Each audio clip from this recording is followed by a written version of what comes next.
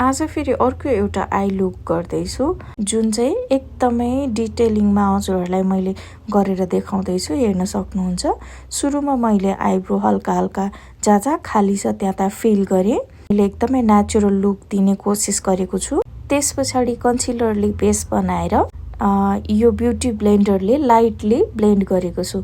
देख्न सक्नुहुन्छ यो एकदमै राम्रो रहेको छ ब्युटी ब्लेन्डर, जसले चाहिँ एकदमै स्मुथली काम गरेको देख्न सकिन्छ। फिनिसिङ एकदमै राम्रो छ, मलाई पर्सनल्ली चाहिँ एकदमै मन पर्यो। त्यस पछाडि मसँग यो मोर्फीको पाउडर पफ रहेको छ, देख्न सक्नुहुन्छ यो चाहिँ एकदमै राम्रो छ।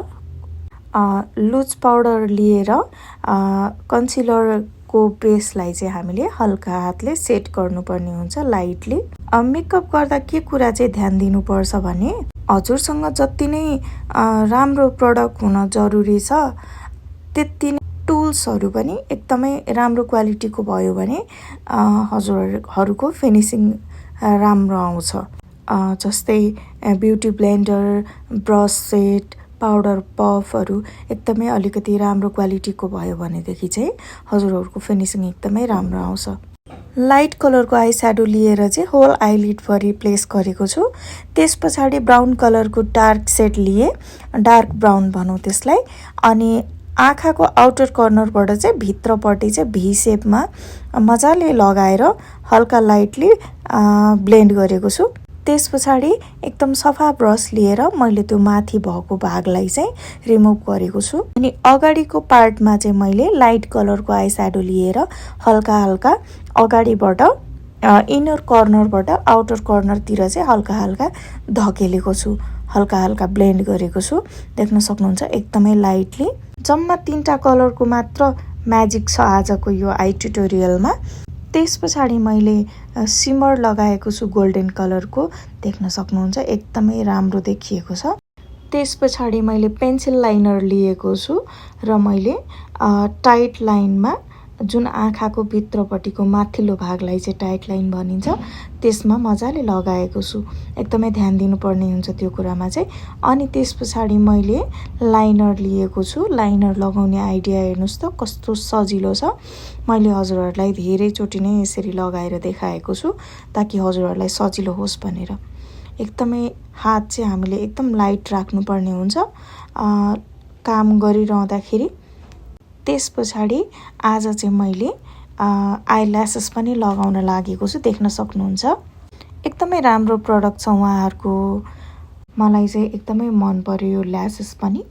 म खासै त्यति धेरै ल्यासेस लगाएर भिडियो बनाउँदिनँ किनभने मेरो नेचुरल आइब्रो नै एकदमै राम्रो छ, एकदमै हेभी छ। मस्कारा लगाउँदाखेरि धेरै राम्रो देखिने भएको भएर म खासै लगाउँदिनँ।